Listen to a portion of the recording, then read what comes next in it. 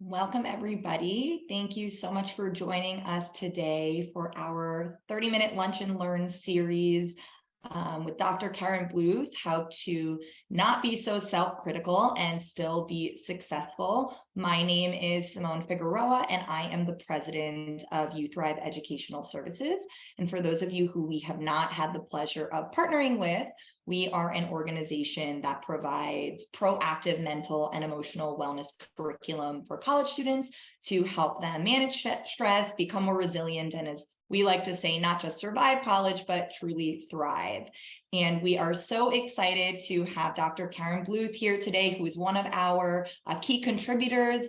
And before I turn it over to Dr. Bluth, I wanted to share a little bit more about our esteemed guest. So Dr. Karen Bluth is an associate professor in the Department of Psychiatry at the University of North Carolina at Chapel Hill, a fellow at Frank Porter Graham Child Development Institute, and a certified instructor of mindful self-compassion, an internationally acclaimed 8-week course created by Dr. Kristen Neff and Dr. Chris Vermer. Dr. Bluth's research focuses on the roles that self-compassion and mindfulness play in promoting well-being in youth. As such, she is co-creator of the curriculum Making Friends with Yourself, a mindful self-compassion program for teens, and author of the book, The Self-Compassion Workbook for Teens, Mindfulness and Compassion Skills to Overcome Self-Criticism and Embrace Who You Are. As a mindfulness practitioner for over 40 years, a mindfulness teacher, and an educator with 18 years of classroom teaching experience, Dr. Bluth frequently gives talks, conducts workshops, and teaches classes in self-compassion and mindfulness in educational and community settings. So needless to say, she is an amazing expert in the field of self-compassion, and we are so excited to have you here, Dr. Bluth. And so with that, I will turn it over to you. Hello, everybody. It's good to be here. I'm going to share my slides. So this talk is entitled How Not to Be So Self-Critical and Still Be Successful. And this is going to be all about self-compassion and how self-compassion can help.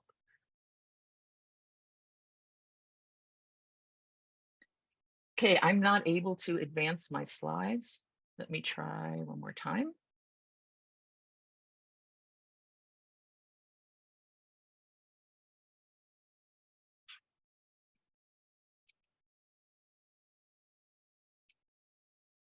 Okay, so sometimes you might feel like this, right? You might feel like there is this person standing over you, or perhaps it's this inner critical voice that's criticizing you all the time, or yelling at you, or telling you you should be doing better.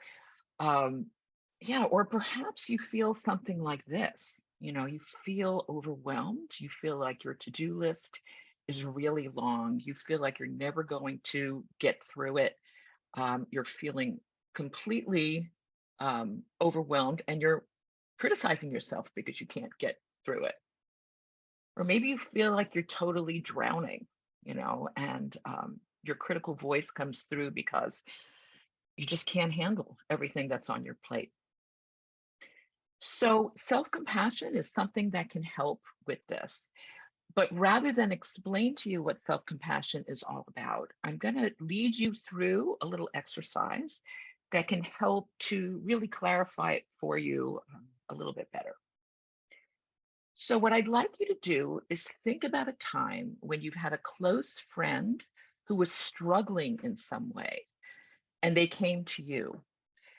They felt really badly about themselves. Maybe something happened at work that day, or something happened in their family with their children, and they felt inadequate. They felt unworthy. Um, they felt like a failure. What did you say to them? And what tone of voice did you use? And I'll give you a minute or two to think about this. If you have something to write with and something to write on, you might want to jot this down. I'll just give you a minute or two.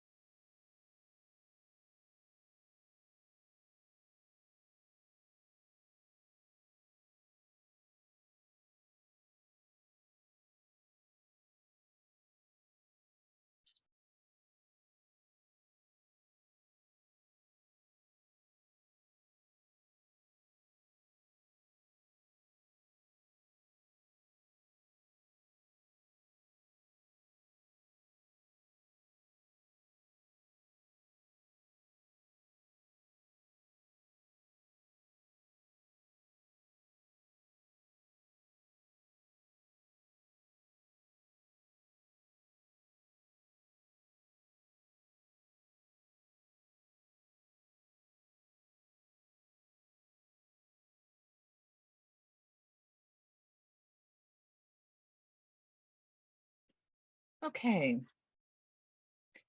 What I'd like you to do is think about a time when you had a really hard day. Something happened that made you feel inadequate, perhaps unworthy. You felt like a failure. Perhaps you had a difficult conversation at work with your boss, or maybe you lost it with your kids. Um, Something happened that really made you feel badly about yourself. What words did you say to yourself? And what tone of voice did you use? And I'll give you another minute or so to think about this.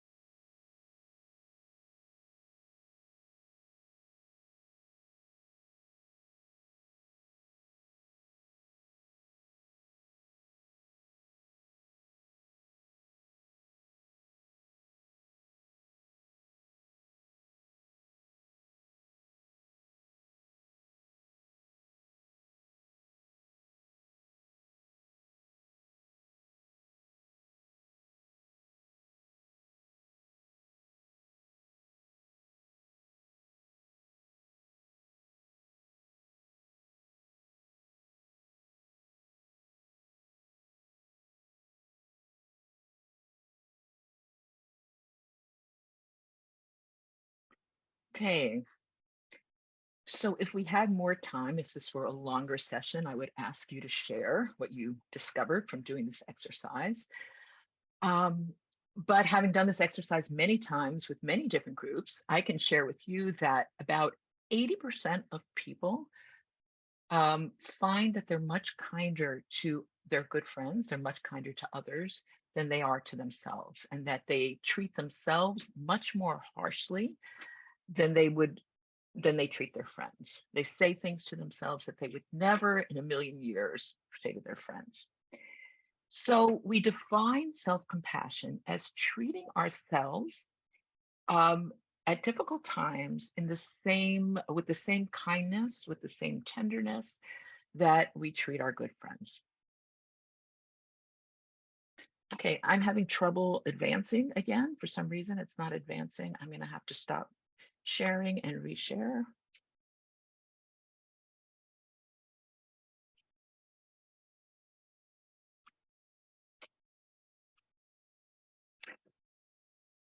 Yeah, so this is one definition of self-compassion, the informal definition of self-compassion.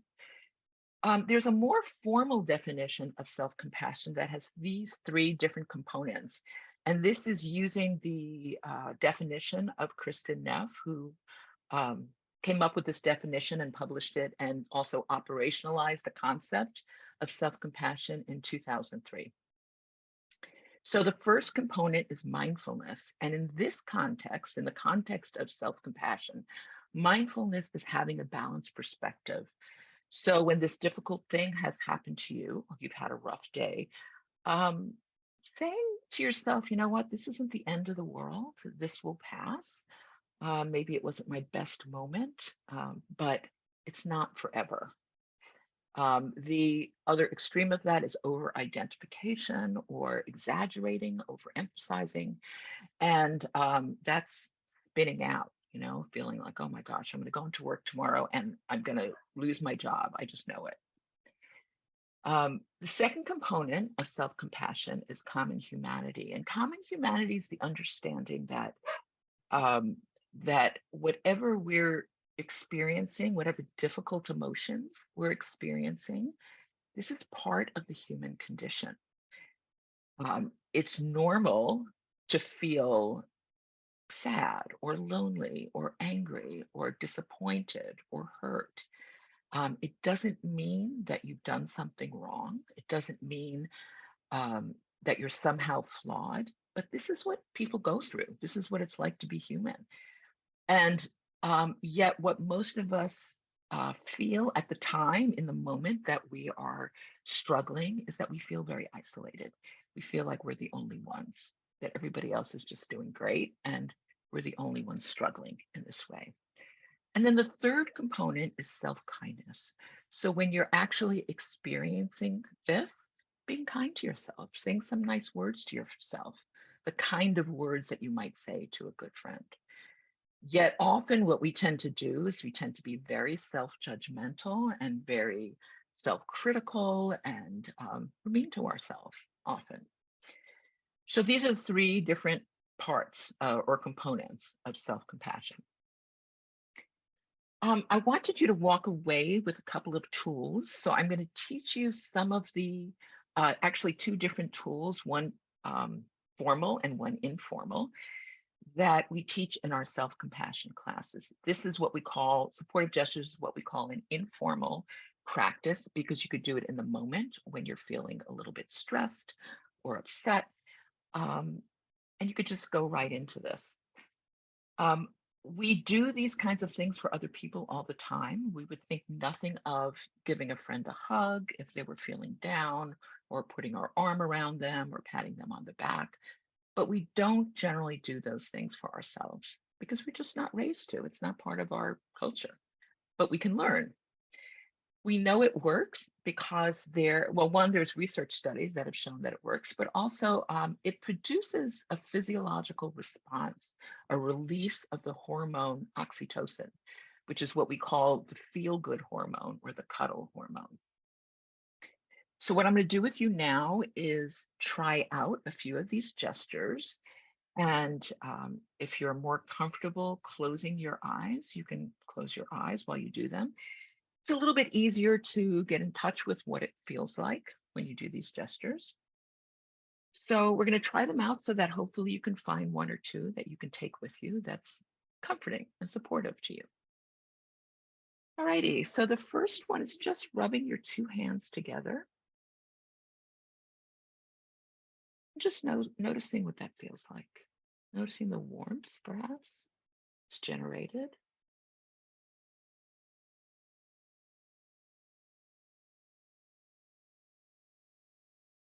Or maybe just stroking your upper arms with your hands.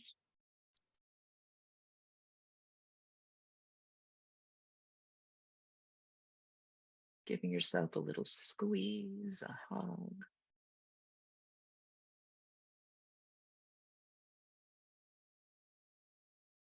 Maybe cradling your face with your hands. Noticing what that feels like.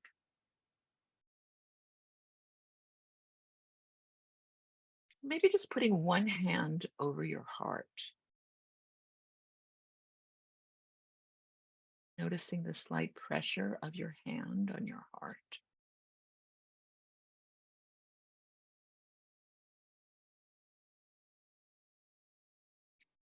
Maybe just making small circles with your hand over your heart.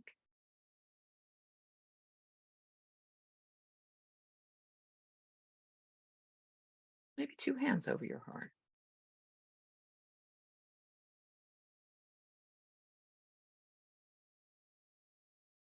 Maybe making a fist with one hand, putting that over your heart and putting the other hand on top of it.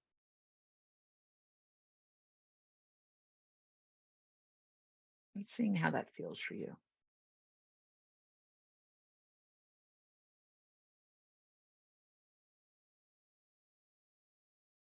Okay, so hopefully you found at least one gesture that feels comforting for you that you can take with you and do on your own. I'm going to go right into the next tool that I'm going to show you, which is a more formal practice. And what we mean by a formal practice is that you set aside a little bit of time to do it. Actually, this one, self-compassion break, you can do either as a formal or informal practice. It works both ways. I'm going to do it more as a formal practice with you so that you can see the three different steps of the practice. But you can actually do it if you're starting to feel a little bit stressed. You can do it right in the moment in 5 or 10 seconds. So in order to do this, generally you do it when you're starting to feel a little bit upset or stressed. Hopefully you're not feeling that way right now. So what I'm going to do is elicit a little bit of stress in you, and I apologize for that in advance. But that's just so that you can practice this particular tool. So what I'd like you to do is think about something in your life that you're dealing with right now that's causing you a little bit of stress. And you don't want to go to the most stressful thing, but maybe something like a 3 on a scale from 1 to 10. Just learning. So we don't want to go to the really hard thing. And get a good visual of this particular situation. Who does it involve? Maybe what did they say?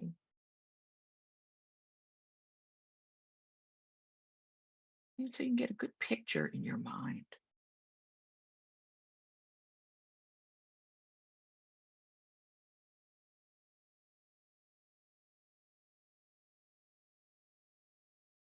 And again, you can close your eyes if that works for you. And when you have a good image in your mind of the situation, you just say to yourself, this is a moment of struggle.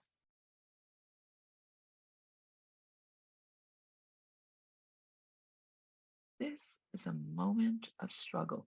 Or you could say it in your own words, maybe something like, this is hard right now. This is difficult. We're just acknowledging what's here.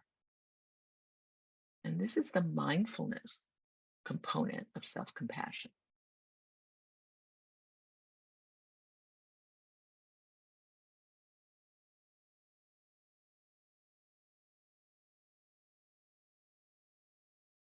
And then moving to the second step, saying to yourself, struggle is a part of life.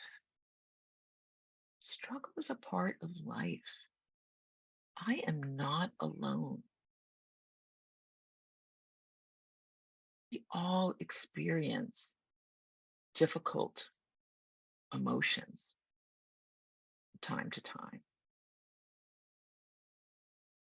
This is what it's like to be human, be in a human body.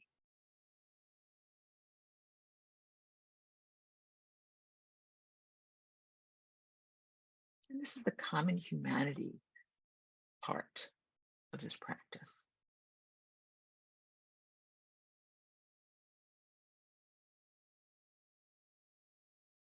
Then, if you found a supportive gesture, you can use that right now. Maybe hand on your heart or cradling your face in your hands.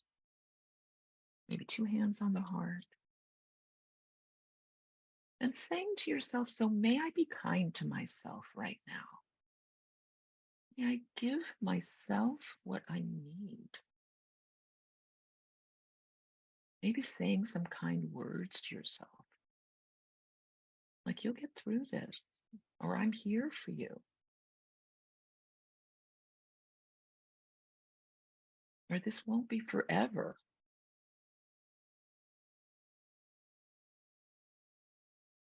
And if you're having difficulty finding the right words, think of what you might say to a good friend who is struggling with something similar. And say those words to yourself.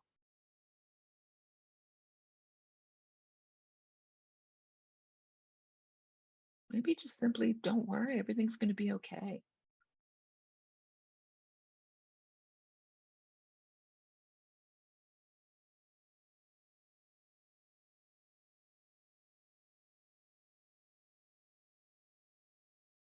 Okay. So if your eyes have been closed, you can open your eyes. So this was self-compassion break. And remember that you can do this in just, 5 or 10 seconds, just saying to yourself, oh, this is hard right now. This is hard. Struggles are part of life. It's not necessarily my fault, even if it is. I'm human, you know? So may I be kind to myself. Okay. So I just wanted to share just a very little bit of research with you. I am a researcher, and there is quite a bit of research at this point. I think over 4,000 studies that have been done on self-compassion. And we see consistently that those people who are more self-compassionate have less depression, anxiety, and stress, and overall better emotional well-being and better mood.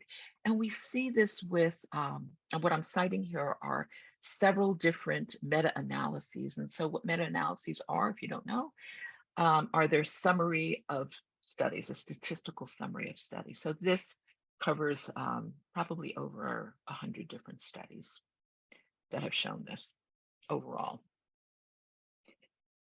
We also know that some people, well, a lot of people actually have some apprehensions about self-compassion because we're not raised to be kind to ourselves.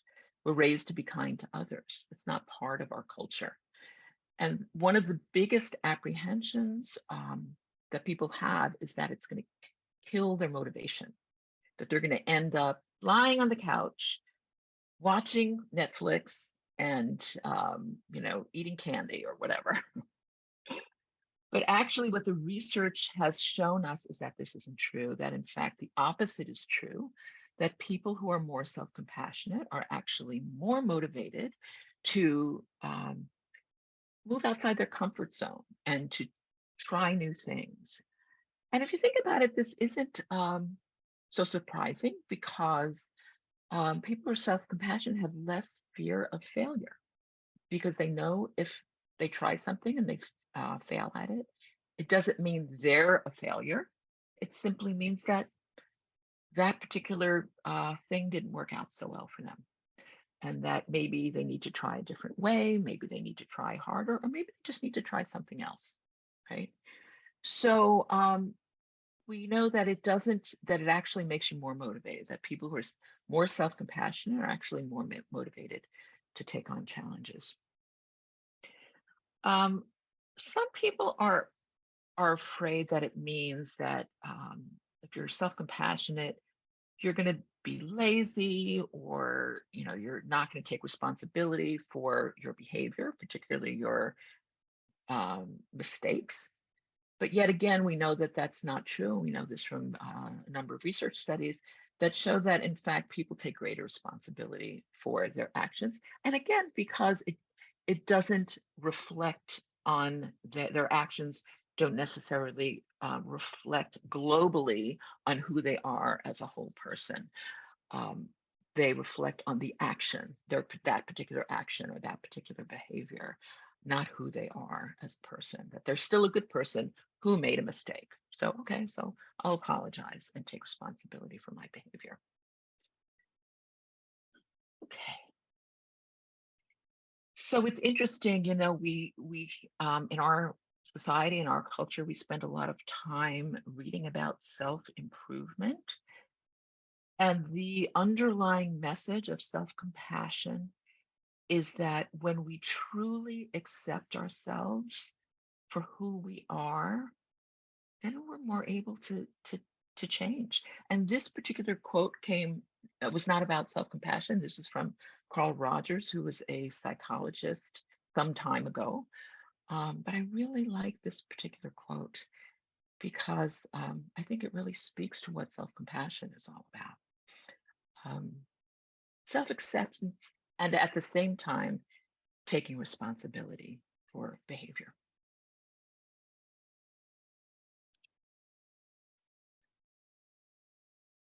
And I wanted to share some resources with you in case you want to learn more about self-compassion. These are some books that are out about self-compassion. My focus is really on self-compassion in teens. So the top 4 books on the top are my books. The rest are books for adults by a number of different authors. And as you can see, there's an array, and this is not all of them, but I did want to share these with you. And I think we have a few minutes for questions.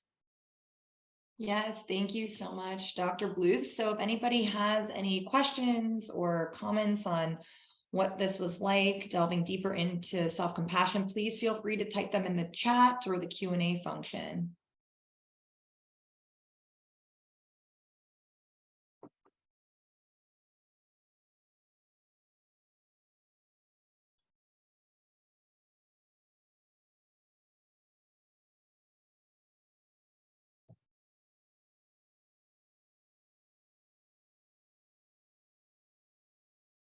I'm curious, for those of you who are here, is this a new field, or do you have a lot of experience with self-compassion? I know in the work that we do with college students, this tends to be, this is one of our 3 pillars, and it tends to be the least known. And to our surprise, the one that actually resonates the most with students, which is amazing. Oh, some questions have come in. Karen, can you see them, or you want me to narrate? If you could narrate, that'd be great. Yeah. So Emily asks, how do you think self-compassion can help young people / students as they move through this post-pandemic struggle we are seeing? Is it applicable? Yeah, absolutely. So what we know in this post-pandemic period, and actually it's true pre-pandemic as well, is that depression, anxiety, stress, and suicidal behaviors and suicidal ideation has skyrocketed, absolutely skyrocketed, double the rates that it was before the pandemic. And before the pandemic, it was also high. It's increased from 2011 to 2018 quite a bit. So what we see consistently with self-compassion research is that, as I was saying earlier, that anxiety and depression are less, quite a bit less, among people who are more self-compassionate. We have different programs. We have programs for adults, for teens, for young adults. And what we find post-program is that people do have much lower anxiety, depression, and suicidal ideation. We are just at the end of a research study with transgender and gender diverse teens, and we're finding that suicidal ideation is decreasing. So we have a lot of really wonderful comments coming in, just people very appreciative for this information and the pause and helping remind people. A few other questions that I see here. If we could put back up the book recommendations so people can take a photo of that. Another question from Wendy. Really appreciate it. How might we intentionally lead self-compassionate teams of student affairs professionals and so model that for our students as well? So self-compassion programs for people in student affairs professionals. Yes. Yes. There's a number of ways. So one is for adults, probably the book I would recommend is the Mindful Self-Compassion Workbook, the one that's on the lower second one in from the bottom, Mindful Self-Compassion Workbook. That's by Kristen Neff and Chris Germer. Those are the 2 people who really started the Center for Mindful Self-Compassion and are really pioneers. That's one. That's probably, I mean, the other books are good, but that's probably the one that would be best for your needs. And the other thing I would recommend is taking a mindful self-compassion course. And they're now offered online since the pandemic. You can find them at the Center for Mindful Self-Compassion website, which is up there, www.centerformsc.org. And yeah, they're offered all the time in many different ways. And it's a great course for anyone. I'm just enormously, a lot of people have told me life-changing. So I know that we are at time and we had lots to cover in a short period of time. Just really quickly, Carla, yes, we will be circulating a recording of this presentation, so you can feel free to share that, absolutely. And somebody else was talking about a concept of a class on this or programming would be great. So that's actually a kind of nice segue to ending today. We're so grateful that you were here, Dr. Bluth, and Dr. Bluth is one of our key contributors. If you are interested in learning more about how to bring this kind of programming to your students, we are actually hosting, You Thrive Educational Services is hosting a webinar tomorrow at 12 p.m., a 30-minute webinar to learn more about our curriculum. We will be circulating that in an email as well. I did drop a link into the chat. So if that is of interest, learning more about how to bring self-compassion along with mindfulness and positive psychology to students, feel free to come or to send an email. I can put my email up on the screen. And if you have any other questions, you can also feel free to email me, and I'd be happy to ask Dr. Bluth and provide that to you as well. So let me just put my email up on the screen. If you could see it, there we go. There's my email. I put a link in the chat. And again, thank you so much for coming. We do host these lunch and learns for the most part monthly. So we look forward to seeing you either tomorrow or if not at our next event. And have a great day, everybody. Thank you so much again, Dr. Bluth. Thank you. Bye-bye. Have a good day, Bye. everyone.